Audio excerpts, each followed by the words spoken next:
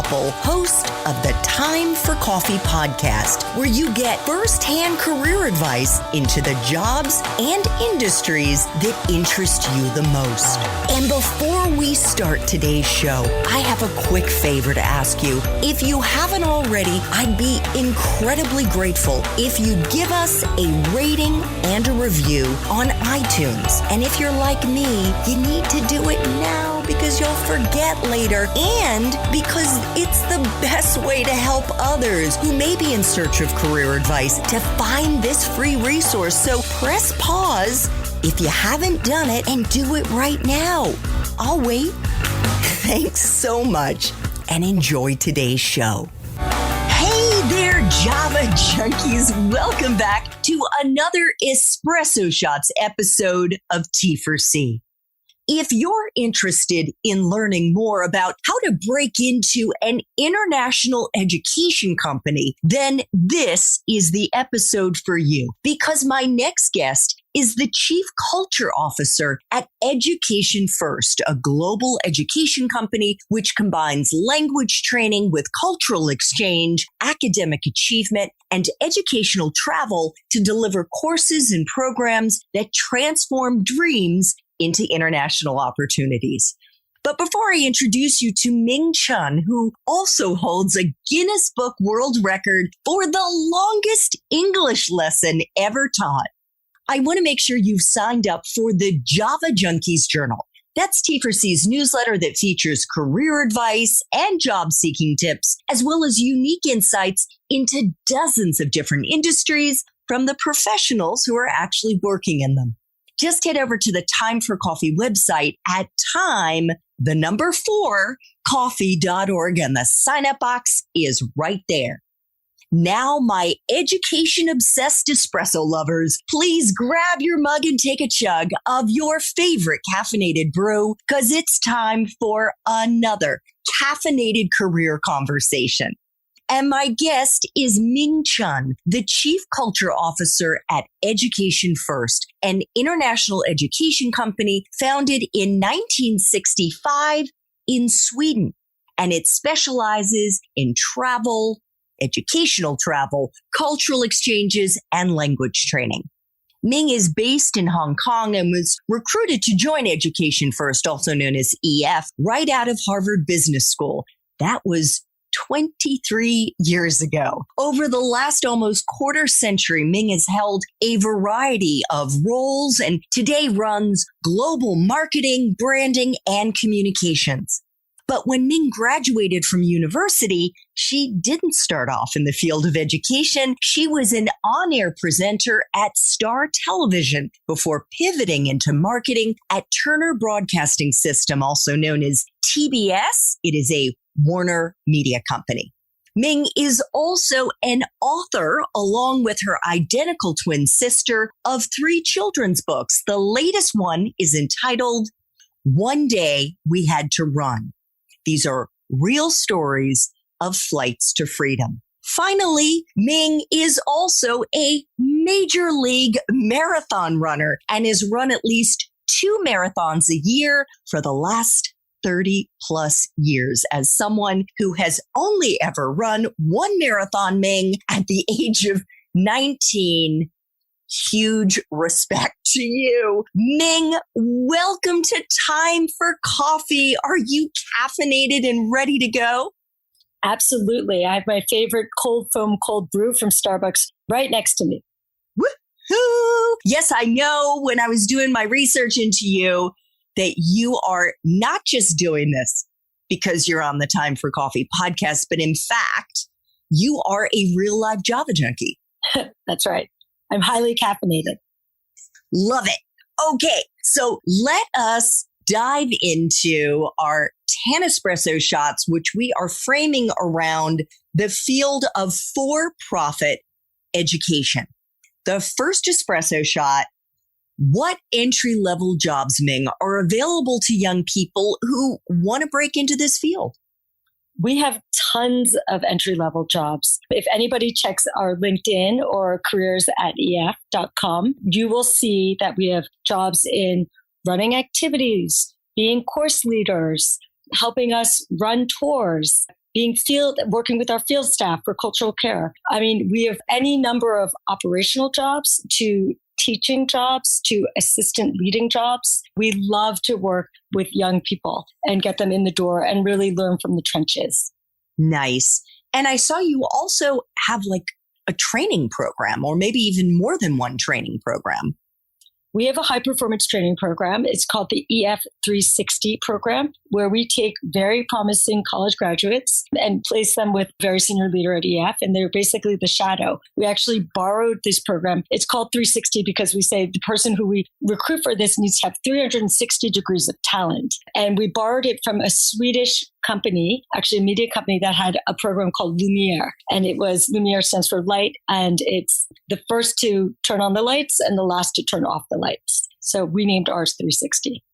Very nice. And for those who may not be familiar with the breadth of what Education First does, I tried to paint the picture, but hey, you're the Chief Everything Officer. I'm sure you're going to do a much better job. How would you like to describe the range of activities that EF runs? So we like to say we're the Apple of education. We're a privately held international education company that really has 4 segments of business. One is language learning. 2 is academic degrees. We have IB boarding schools. We have a business school. The 3rd is educational travel. EF Educational Tours, Go Ahead Tours, EF Ultimate Break. Those are all under our educational travel units. And then we have cultural exchange, which is high school students who want to come and study in America or the UK, as well as cultural care au pair. Terrific. Thank you so much. So next Espresso Shot, what is a useful hard and soft skill, Ming, that you look for in the young people that you've hired at EF? Right. So I would say, I don't know whether sales counts. Would you count sales as a hard or a soft skill? Gosh, I think probably a soft skill.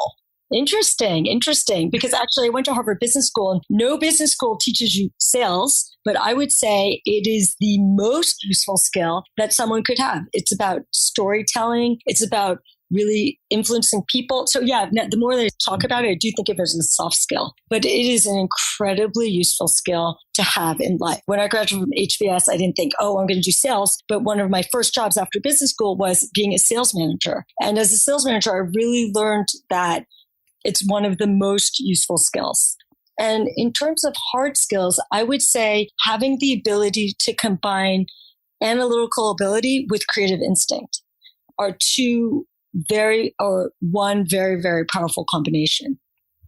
Could you give us an example of that? How would you combine analytical ability with creativity? So I think that for anybody who works in a company that creates products or does services, the ability to foresee what needs to be done and actually calculating back how much it will cost you to do is very, very useful. And I think that someone who just knows numbers but no creativity, they can go so far, but someone who's creative and analytical can go very, very far. Nice to know. And one other thing that I've learned from interviewing other leaders like you about being in sales is that you have to be a great listener, which is another soft skill, as is emotional intelligence, just being able to hear what your customer is saying. Yes. What about someone's major, Ming? Is it a deciding factor to get into the for-profit education field? In other words, if they haven't studied education, if they haven't studied fill in the blank, is it a deal breaker?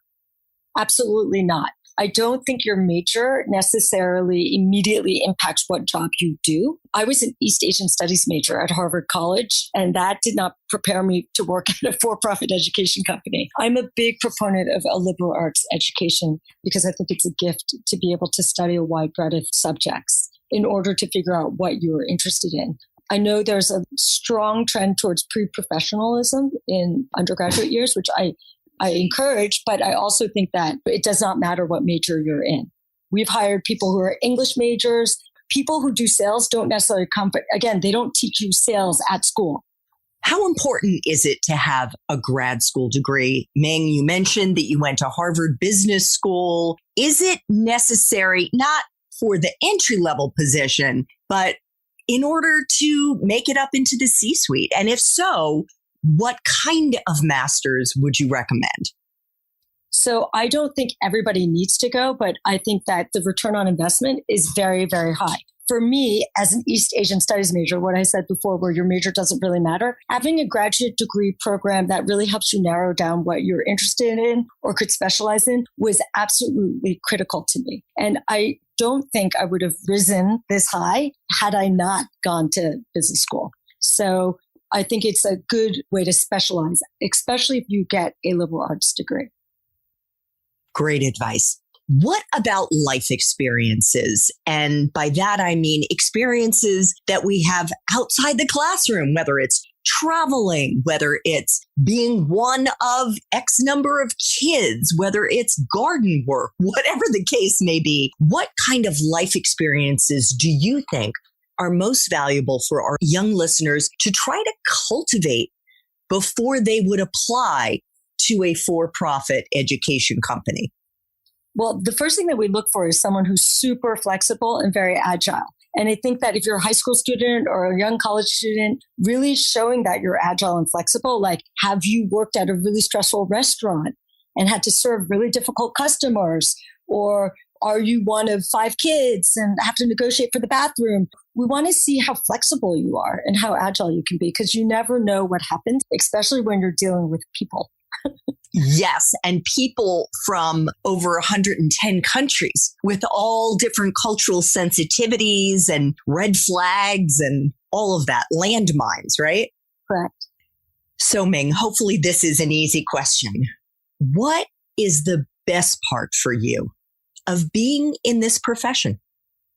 I think it's super rewarding. When I was looking at careers right after college, I considered staying in television or working at an ad agency. And I realized that it sounds really corny, but you really have to truly believe in what you do. And I've always 100% believed that what I do actually is very, very rewarding, not only for myself, but for our customers. And my husband is was an investment banker. And I like to joke, he might have made more money than me, but his career longevity was a lot shorter. So I think that people should think about, what kind of longevity could I see myself doing? Like, how long can I see myself doing this job or being in this industry for?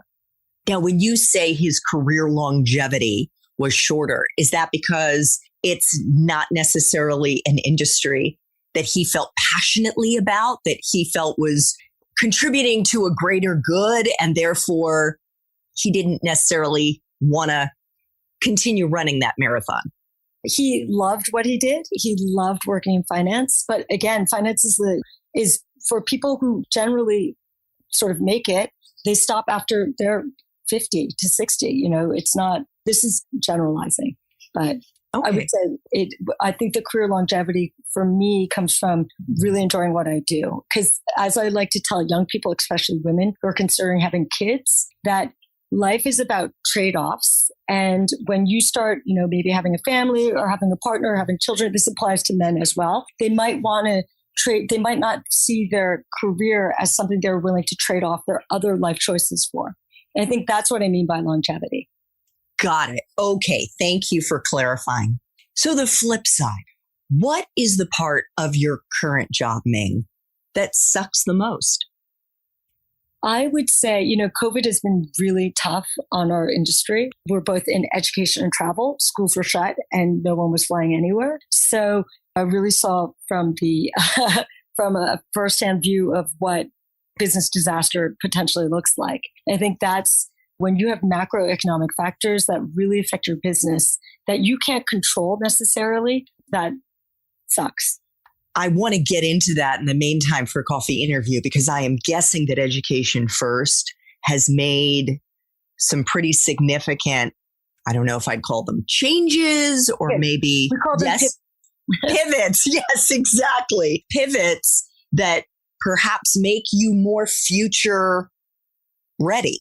Well, obviously the pivot to online is huge. So that was one pivot. The second pivot was really taking a cold, hard look at what our business does and saying what is nice versus what is necessary. Super interesting. All right, 3 final espresso shots. What is the best career advice you've ever gotten, Ming?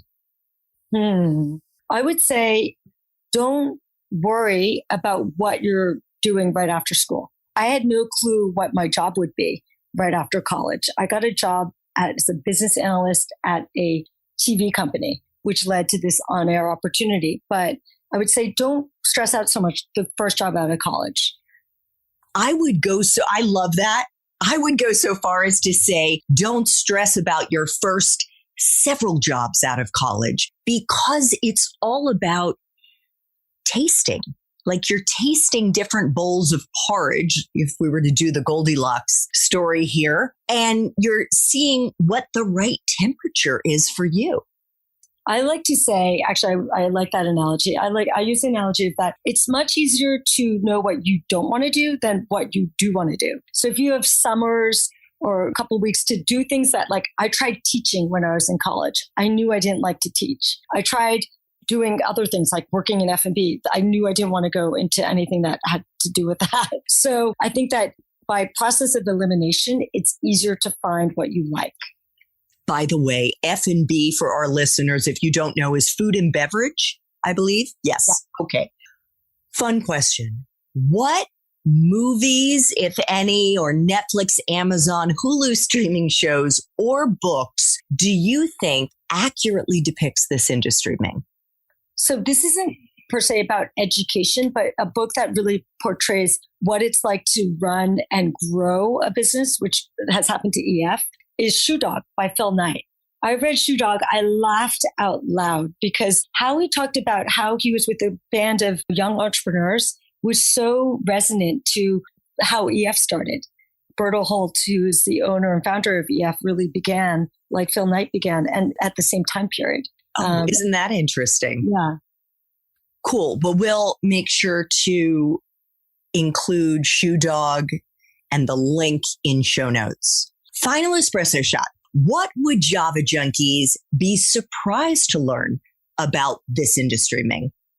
I think most people don't think of for-profit education or education as a industry or business to go into. I just want to give a stat is that EF taught more people in China last year than the 7th largest school district in the United States, or school children in Stockholm, Sweden. So that just gives you a sense of the scale and the amount of people who've been reached with just one of our programs. Wow, that is huge. And that was during COVID? Yes. So that was 2020? Yes. Amazing. Ming is not only the Chief Culture Officer at Education First, serious marathon runner, author. Ming's book is entitled Escape. One Day We Had to Run. These are real stories of flights to freedom. Ming, I want to thank you so much for making time for coffee today with me and the T4C community. This was just wonderful. Thank you so much for having me, Andrea. And thank you, listeners. Thanks so much for listening to this latest episode of T4C. And if you're interested in learning more about my coaching services for confused college students and recent grads, feel free to check out the Time for Coffee website under the coaching tab at time4coffee.org or text me at 202-236-5712. That's 202-236-5712.